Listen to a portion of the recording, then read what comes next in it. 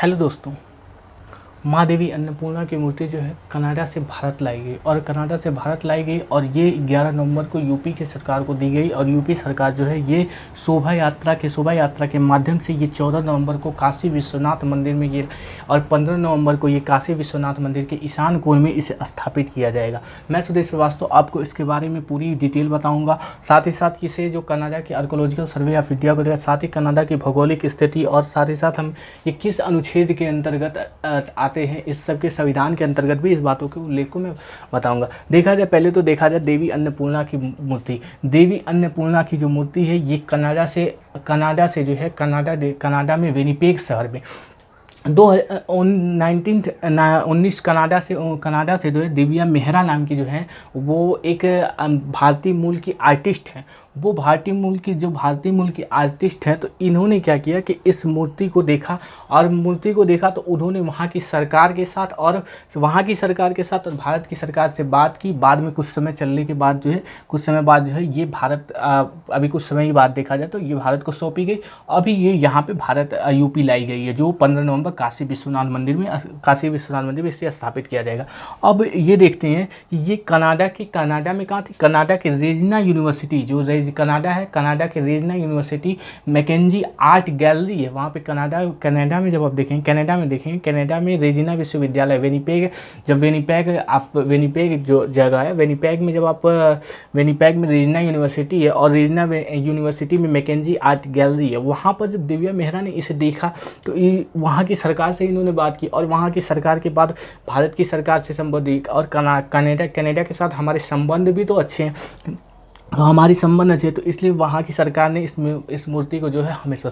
तो ये मूर्ति जो है वहाँ कैसे गई इस बात को समझे। ये मूर्ति जो है 1913 के दौरान जब प्रथम विश्व युद्ध स्टार्टिंग होने के दौरान था, तो उसी के दौरान क्या हुआ था कि ये विभिन्न तस्करियों के माध्यम से ये मूर्ति जो है विभिन्न देशों से होते ही कनाडा पहुंची। अब ये कनाडा पहुंची और कनाडा में इससे जो है कनाडा में इसे देखा गया तो कनाडा में दिव्या मेहरा ने देखा, फिर ये भारत। अब देवी अन्नपूर्णा की मूर्ति को देखा जाए तो देवी अन्नपूर्णा की जो मूर्ति है ये माँ पार्वती का ही अंग है। कहा जाता है कि जब ऐतिहासिक संदर्भ में ये आता है कि जब काशी में एक बार अकाल पड़ा था तो भगवान शिव ने पूजा किया और पूजन के बाद माँ अन्नपूर्णा प्रकट हुई। माँ अन्नपूर्णा ने यहाँ पे प्रकट हुई और अन्नपूर्णा देवी ने यहाँ पे कहा कि बनारस में कभी भी कोई भूखा नहीं मरेगा। तो ये वही से ये मूर्ति की बातें आती है माँ अन्नपूर्णा की। फिर उसके बाद अगर आप देखें तो ये माँ देवी अन्नपूर्णा की मूर्ति है, ये जैसे आप देखेंगे कोई मूर्ति होती है या तो गंधार कला शैली में बनी होती है या मथुरा शैली में बनी या विभिन्न शैलियों में। वैसे देवी अन्नपूर्णा माता की मूर्ति जो है ये बनारस शैली में। और इस मूर्ति की खासियत ये है कि एक हाथ में इसमें एक कटोरा है जिसमें खीर भरा हुआ और दूसरे हाथ में चम्मच है। ये मूर्ति जो ये प्रतीत होती है। तो इस मूर्ति को हमने समझा कि ये लाई जा रही है काशी विश्वनाथ मंदिर। अब आप देखिए काशी विश्वनाथ मंदिर की स्थापना के बारे में देखें तो काशी विश्वनाथ मंदिर की स्थापना जो है 1761 में अगर आप देखें तो 1761 का समय जो होता है पानीपत का तृतीय युद्ध होता है। दूसरे के अंतर्गत देखें तो 64 के अंतर्गत बक्सर का युद्ध होता है। 73 में रेगुलेटिंग एक्ट आता है और 1780 में जो है इस मंदिर की स्थापना होती है। इस मंदिर की स्थापना जो है तो इंदौर की जो महारानी अहिल्याबाई होलकर रहती हैं उन्होंने इस मंदिर का स्थापना की थी। अब इस मंदिर की स्थापना और ये मंदिर जो है काशी विश्वनाथ मंदिर जो है बनारस में स्थित है। बनारस वैसे भी बनारस जो है सबसे प्राचीन शहर के नाम में अगर देखा जाए तो बनारस आता है। बनारस की ओर देखें तो बनारस भारत की सांस्कृतिक राजधानी है। बनारस भारत की सांस्कृतिक और बनारस देखा जाए तो गंगा नदी के बाएं तट पर स्थित है। वहीं अगर आप कानपुर को देखते हैं तो कानपुर जो है दाएं तट पर स्थित है। तो इन बातों को हमने समझा। और ये जो मूर्ति है तो इस मूर्ति को जो है कनाडा से लाया गया।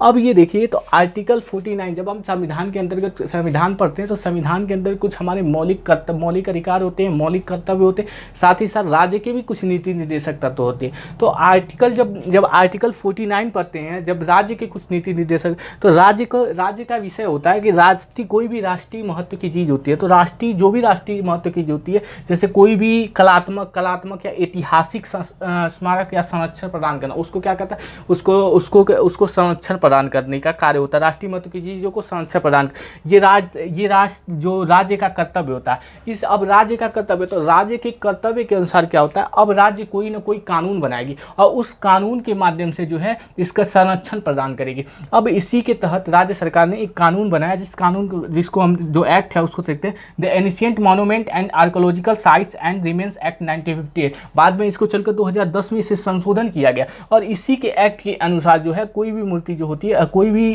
ऐतिहासिक कलात्मक और ऐतिहासिक स्मारक होते हैं उसको संरक्षण प्रदान किया जाता है, साथ में उसकी रख रखाव की जाती है। और देखिए ये जो भी कोई भी राष्ट्रीय महत्व की चीज़ आती है, जिसको जो भी पुरातात्विक अवशेष हो गया, कोई स्थल हो गया, उत्खनन हो गया, कोई भी स्थल हो गया, तो उनको वो किसके अंतर्गत आता है, तो वो हमारी जो मंत्रालय आती है वो सांस्कृतिक मंत्रालय के अंतर्गत आती है। अब आप ये देखिए सांस्कृतिक मंत्रालय, तो सांस्कृतिक मंत्रालय जो होती है उसके अंतर्गत जो आता है वो सांस्कृतिक मंत्रालय के अंदर एक आता है archaeological survey of India. Archaeological survey of India की बात करते हैं तो ये किसके अधीन हुआ, सांस्कृतिक मंत्रालय के अधीन। तो आर्कोलॉजिकल सर्वे ऑफ इंडिया की स्थापना आप देखें तो 1861 में इसकी स्थापना की गई और ये 1861 का काल अगर आप देखें तो जॉन कैनिंग का शासनकाल था। उस समय वायसराय अगर देखा जाए तो भारत में वायसराय कौन था, तो जॉन कैनिंग था और जॉन कैनिंग का शासनकाल था उसी के द्वारा। और हेडक्वार्टर जो इसका स्थित है, अगर हेडक्वार्टर देखा दिल्ली में देखा, और पहले जो उस समय अध्यक्ष बने थे अलेक्जेंडर कनिंघम बने थे। अब ये अलेक्जेंडर कनिंघम जो रहते हैं, अब उन्हीं को हम क्या कहते हैं, भारतीय पुरातत्व का पिता है बोला जाता है अलेक्जेंडर कनिंघम को। तो अलेक्जेंडर कनिंघम जो रहते हैं भारतीय पुरातत्व सर्वेक्षण विभाग के पिता कहे जाते हैं। अब ये देखिए जो सांस्कृतिक मंत्रालय है इस समय संस्कृति मंत्रालय किसके अंतर्गत है, तो जी किशन रेड्डी जो है वो हमारी सांस्कृतिक मंत्रालय। अब आप थोड़ा सा एक चीज़ और देखिए, भारत के जो हमारे कुछ मौलिक कर्तव्य हो गए, मौलिक कर्तव्य की बात जो है 42वां संविधान संशोधन किया गया था।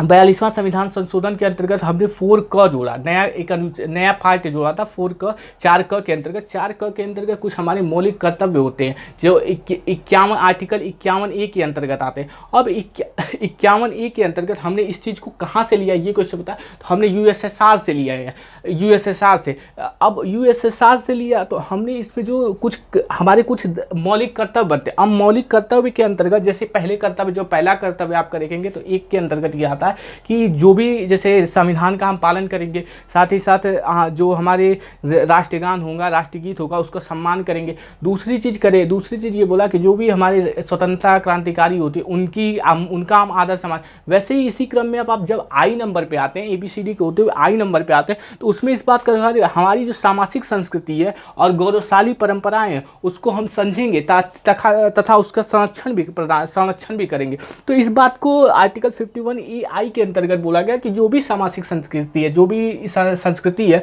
उसकी गौरवशाली परंपरा है उसको हम समझे और साथ ही साथ उसको समझे और उसके रख रखाव तथा उसके संरक्षण प्रदान करें। तो इस बात का उल्लेख किया गया। अब देखिए संस्कृति मंत्रालय आती है, जैसे आप शुरुआती दौर में अगर पढ़ेंगे तो संविधान का भाग 5 जो है उसमें संघ की कार्यपालिका शक्ति दी गई।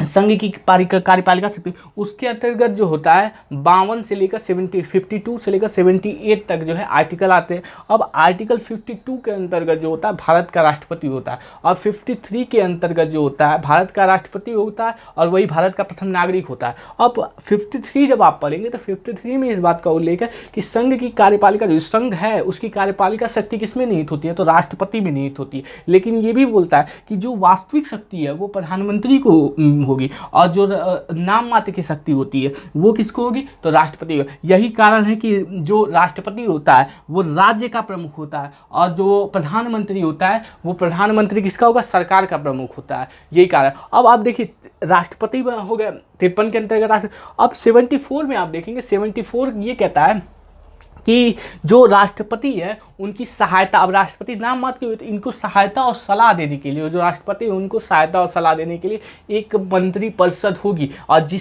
मंत्रिपरिषद होगी, इसी मंत्रिपरिषद की बात करें। और जिसका प्रमुख कौन होगा, जिसका प्रमुख प्रधानमंत्री होगा। आप समझेंगे तो जिसका प्रमुख प्रधानमंत्री होगा। और इसके अंतर्गत जब 75 में आएंगे तो प्रधानमंत्री की नियुक्ति कौन करेगा, ये क्वेश्चन आप पूछा जाता है। तो प्रधानमंत्री की नियुक्ति अगर देखा जाए तो 75 के अंतर्गत होती है, राष्ट्रपति करते हैं और अन्य मंत्रियों की नियुक्ति प्रधानमंत्री की सलाह पर की जाती है। तो अर्थात प्रधानमंत्री की सलाह पर किसकी नियुक्ति की जाती है, मंत्री की राष्ट्रपति द्वारा की जाती है। अब इसी के अंतर्गत आप देखेंगे तो ये किस पर निर्भर होते हैं। जैसे आप देखेंगे तो राष्ट्रपति, ये राष्ट्रपति के प्रसाद पर्यंत होते हैं। मंत्रालय, मंत्री जो होते हैं राष्ट्रपति, जैसे राज्यपाल जो होते हैं मंत्री के राष्ट्रपति के प्रसाद पर्यंत होते हैं, वैसे संस्कृति मंत्रालय जो होती है वो भी, कोई भी मंत्रालय जो होता है वो राष्ट्रपति के प्रसाद पर्यंत कार्य करते हैं। अब इसके बाद देखा जाए, राष्ट्रपति अगर प्रसाद हटा लिया तो ये चले जाते हैं। अब आप देखेंगे कि इनका कार्य, इनको जो है वेतन कहाँ से मिलता है, तो अनुसूची 2 जो होती है, अनुसूची 2 के अंतर्गत देखा जाए तो इनको, इनके वेतन की बात की गई। और अनुसूची 3 के अंतर्गत ये शपथ ग्रहण करते हैं।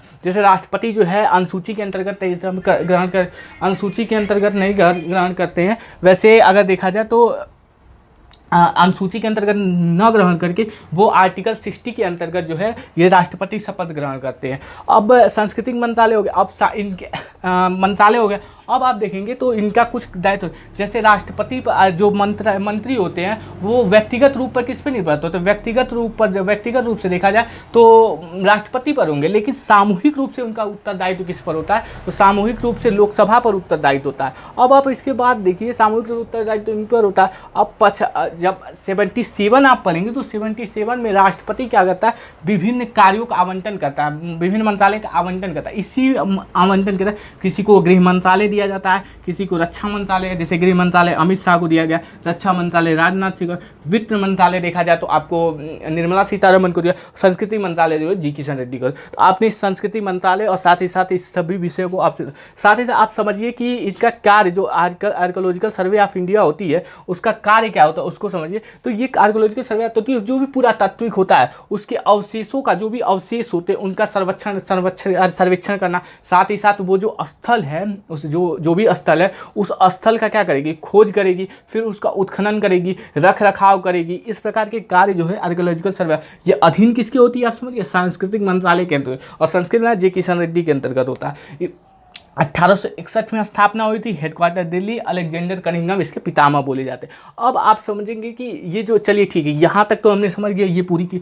अब जो होती है आर्कियोलॉजिकल, ये आप समझिए कि कनाडा से लिया गया, तो कनाडा के साथ हमारे संबंध कैसे, इसके बारे में हम समझें पहले। तो कनाडा के संबंध, इंटरनेशनल रिलेशन, किसी भी देश के साथ जो अगर रिलेशन अगर अच्छे होंगे तो समझिए कि हमारे देश, हम उनके देश में एक अच्छी प्रगणता आती है। तो अगर आप देखिए तो भारत और कनाडा के, जो भारत और कनाडा के बीच में अगर आप देखेंगे संबंध इंटरनेशनल है, तो आप शुरुआती दौर में अगर इतिहास के छात्र, इतिहास के बारे में जानते हो तो इतिहास में देखा जाए तो जैसे भारत ब्रिटिश की काल हुई थी वैसे कनाडा भी ब्रिटिश की थी।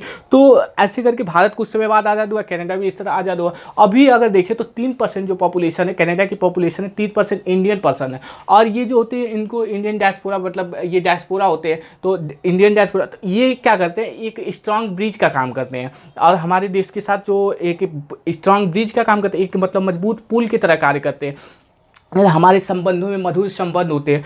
1900 फिर हमारे संबंध और बढ़ते, 1950 में क्या होता है कि जो एक 1950 के दौरान देखा जाए तो लिस्टर पर्सन कनाडा के पीएम जो है वो कोलंबो में आते हैं और एक प्लान लाते हैं, तो कोलंबो प्लान। अब ये जो कोलंबो प्लान आता है तो उसके प्लान के तहत साउथ और साउथ ईस्ट में क्या करना है, डेवलपमेंट करने का कार्य करते हैं। अब साउथ ईस्ट में और साउथ की तरफ, जो आप कोलंबो तो जानते हो साउथ श्रीलंका की तरफ, श्रीलंका की तरफ, अब आप इधर का मतलब डेवलपमेंट करेगा। और साथ ही साथ इन्होंने क्या किया कि बिहार हो गया, उड़ीसा में इन्होंने फाइनेंशियल मदद की, और एमपी में इलेक्ट्रिसिटी के। तो इस तरह 1950 बाद में जब हमने न्यूक्लियर टेस्ट किया 1974 के दौरान, तो इन्होंने हमें न्यूक्लियर के लिए भी, जैसे आप अगर देखें तो हमारी सबसे ज़्यादा न्यूक्लियर जो होती है ये यूरेनियम होती है, ये सबसे ज़्यादा कनाडा से और ऑस्ट्रेलिया से ली जाती है, तो यहाँ से आती है। तो 1974 में जब हमने यहाँ पे एक न्यूक्लियर टेस्ट किया था, और न्यूक्लियर टेस्ट किया तो हमारे संबंध में थोड़ी सी कमी आ गई थी, और संबंध में जब कमी आई 1974 के दौरान कमी आई, तो बाद में चलकर 90 जब कोल्ड वार चल रहा था, कोल्ड वार के दौरान भी ये चीज़ देखे तो कनाडा जो था वो नाटो में चला गया, भारत नेम में शामिल हुआ अपनी खुद की। तो उसके बाद क्या हुआ, हमारे संबंध जो है बिगड़ते रहे। 1996 में हमारे फिर से संबंध सुधरे, और फिर हमने आपस में दोनों देशों ने मिलकर कार्य करने के लिए, फिर हमने कनाडा की स्पेस एजेंसी अगर देखा जाए तो, और भारत की स्पेस एजेंसी ने क्या किया कि सैटेलाइट कम्युनिकेशन एमयू साइन किया कि सैटेलाइट कम्युनिकेशन पर और साथ ही रिमोट सेंसिंग पर हम मिलकर कार्य करेंगे। फिर साथ ही साथ अगर देखें तो साइंस एंड टेक्नोलॉजी के तहत हमने ये कहा कि हम एरो स्पेस हो गया, बायो टेक्नोलॉजी हो गया, नैनो टेक्नोलॉजी पर मिलकर कार्य करेंगे। साथ ही ट्रेड और एक्सपोर्ट और इम्पोर्ट सपोर्ट में भी बढ़ावा देंगे। इस प्रकार से हमारे रिलेशन और भी मजबूत होते चलेंगे। अब हम देखेंगे कि कनाडा की भौगोलिक स्थिति को देखें। सबसे पहले अगर आप देखें कि कनाडा जो है हमारे यहाँ पास 7 महाद्वीप है, और 7 महाद्वीप पे जो नॉर्थ अमेरिका पहला जो होता है Asia, Africa, north America, south America. तो जो तीसरे नंबर पे नॉर्थ अमेरिका आता है, नॉर्थ अमेरिका देखिए ये नॉर्थ अमेरिका हो गया, ये साउथ अमेरिका, ये 4th नंबर का आता है एशिया, अफ्रीका। तो अब देखिए